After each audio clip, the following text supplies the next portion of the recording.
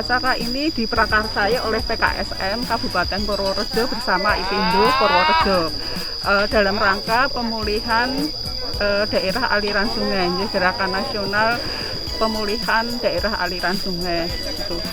Dan gerakan ini oleh Bapak Gubernur memang diharapkan semua masyarakat pada musim hujan kali ini banyak menanam, banyak membuat sumur resapan dan biopori di sekitar rumah, sehingga mimpi kedaulatan pangan,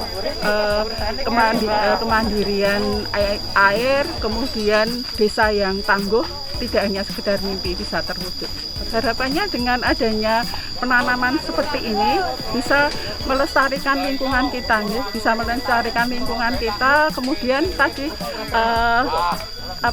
kedaulatan pangan, kemudian ketangguhan masyarakat terhadap bencana, ketersediaan air itu bisa terjaga. Untuk semester 2 ini pada musim tanam November-Desember untuk Kabupaten Purworejo dari cabang Dinas Kehutanan Wilayah 8 baik yang secara langsung maupun tidak langsung, artinya dari berbagai sumber, tanaman yang akan ditanam itu sebanyak 187.450 batang. Itu dari berbagai jenis tanaman, ya. Tanaman buah-buahan maupun kayu-kayuan, tapi sebagian besar memang tanaman kayu. Kemudian di lahan pantai itu kita ada kegiatan pen mangrove dari fasilitasi BPDAS Serayu Opak Progo, ya. Itu seluas 48 hektar, jumlah mangrove yang ditanam 194.175 batang. Kenapa kita membudayakan gerakan seperti ini? Karena di Purworejo itu menurut data dari Dinas Lingkungan Hidup dan Kehutanan Provinsi itu ada lahan kritis seluas 3.385 hektar. Kemudian yang potensi kritis itu ada 29.986 hektar.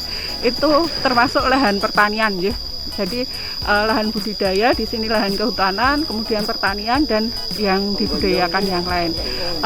Gerakan ini kita harapkan mencegah yang potensi kritis tadi tidak sampai ke kritis gitu ya. Kalau itu kritis banget nanti akan timbul bencana alam seperti akhir-akhir ini yang banyak kita alami. Kemudian fenomena La Nina, curah hujan yang tinggi, ini berpotensi terhadap bencana alam, yaitu banjir dan longsor. Jadi kita harus tetap waspada.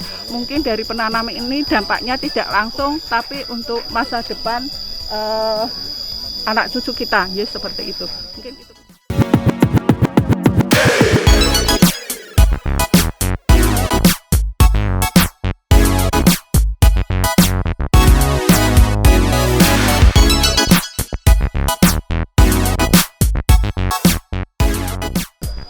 Jadi untuk kehutanan itu selain tanaman kayu keras yang diproses untuk bahan mebel dan sebagainya, juga untuk pemanfaatan kayunya, kita juga mengembangkan madu sebagai hasil hutan bukan kayu yang saat ini justru banyak dicari sama masyarakat, sama orang dalam masa pandemi COVID-19 ini, itu untuk meningkatkan stamina.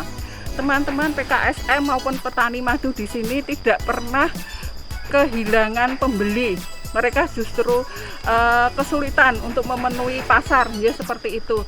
Jadi sebagai samben ya untuk masyarakat itu dengan memelihara madu ini diumbarke nanti menghasilkan, karena kita tidak ngopeni, ya, Pak, seperti itu.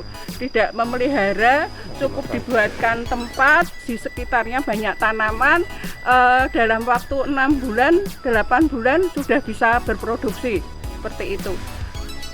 Selain madu, di daerah Purworejo ini HHBK yang dikembangkan adalah tanaman porang, karena porang itu bisa ditanam di sela-sela tanaman kayu tadi.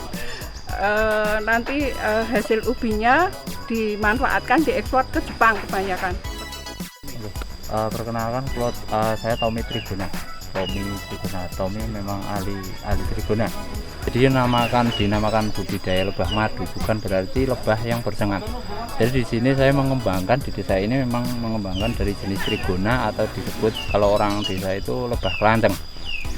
Nah, salah satunya yaitu dari jenis kelanceng lokalan. Jadi dibilang namanya dibilang Trigona levisep. Jadi memang dia berpostur tubuh kecil, mudah dikembangkan tanpa kita terbebani di daerah kerjanya. Nah, untuk program ini saya memang mendukungnya di sini. Jadi kita memang mengutamakan di vegetasi. Jadi pohon sengon itu banyak mengandung vegetasinya. Jadi bisa diambil dari polennya atau resinnya. Nah, kita memperkenalkan satu yaitu jenis Trigona levisep.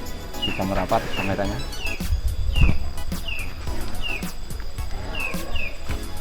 Nyedek mau apa mas? Dan tahu ini. Nah, ini yang dinamakan Trigona levisep, yaitu Trigona yang berkarakter tubuhnya kecil. Jadi ini bisa berproduksi dalam tempo 4 bulan sekali.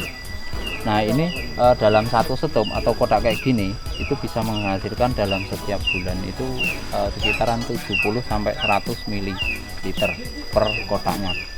Nah, ini ciri-ciri lebahnya kayak gini.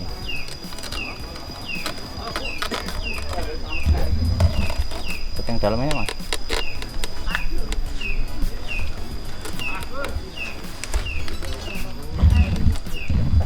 Nah, ini yang dinamakan Trigona levisep. Ini calon telur baru. Terus yang ini madu, yang ini juga madu, ini juga madu. Nah, yang hitam atau pembungkus madu itu dinamakan propolis. Kalau yang warnanya kuning di dalam propolis itu tadi itu dinamakan bipolen atau pakan sari yang biasa dimakan oleh lebah ratu.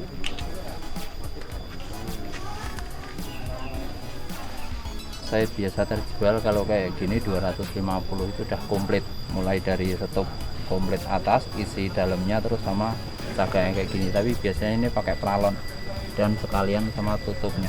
Itu satu paket 250. Kalau untuk pasaran alhamdulillah sekarang kalau kita untuk menutupi pasar itu sampai sekarang belum bisa. Memang soalnya terlalu banyak orang yang mencari madu asli. Tapi alhamdulillah sekarang kita bisa mencukupi hanya sedikit saja. Soalnya untuk produksi lebah sendiri udah mulai jarang. Terus kondisi alam sekarang udah tidak terlalu mendukung, terlalu banyak hutan gundul gitu. Iya betul, dengan adanya program ini dari pemerintah dinas, mulai dari penanaman lahan seperti tadi itu memang sangat mendukung untuk kedepannya bisa lebih bagus untuk budidaya lebah madu. Soalnya budidaya lebah madu kayak begini bukan sekedar kita punya duit modal kita beli kita taruh, itu bukan, tapi kita memikirkan kedepannya seperti apa, pakan apa yang mereka butuhkan supaya kita bisa mendapatkan hasil. Nah, untuk antisipasi supaya tidak punah dalam tempo 10 tahun ke depan, saat ini saya memang lagi bikin konten itu tentang pemecahan koloni. Itu antara koloni satu kotak bisa jadi 2, itu dinamakan pecah koloni. Nah, untuk pecah koloni itu biasanya membutuhkan koloni yang benar-benar sudah mapan, sudah bagus, sudah super. Itu bisa dikatakan koloni. Mapan itu bagaimana hitungannya itu bagaimana? Bisa dihitung hasil produksi madunya atau banyaknya koloni lebahnya itu sendiri? Dibilang mapan itu begini. Jadi dibilang mapan dalam satu koloni itu ketika sudah ada namanya satu koloni kan ada ratu, ada telur, ada pekerja, ada madu.